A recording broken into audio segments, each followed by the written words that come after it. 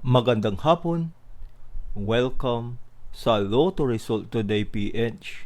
Narito ang mga resulta para sa 5 PM draw, November 4, 2025. Para sa resulta ng 2D Lotto, 17 at 13.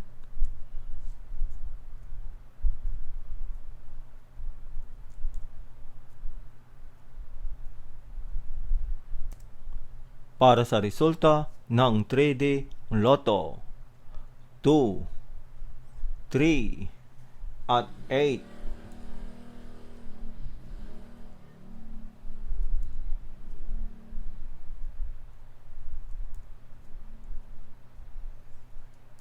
At yan ang mga resulta ngayong 5 PM draw.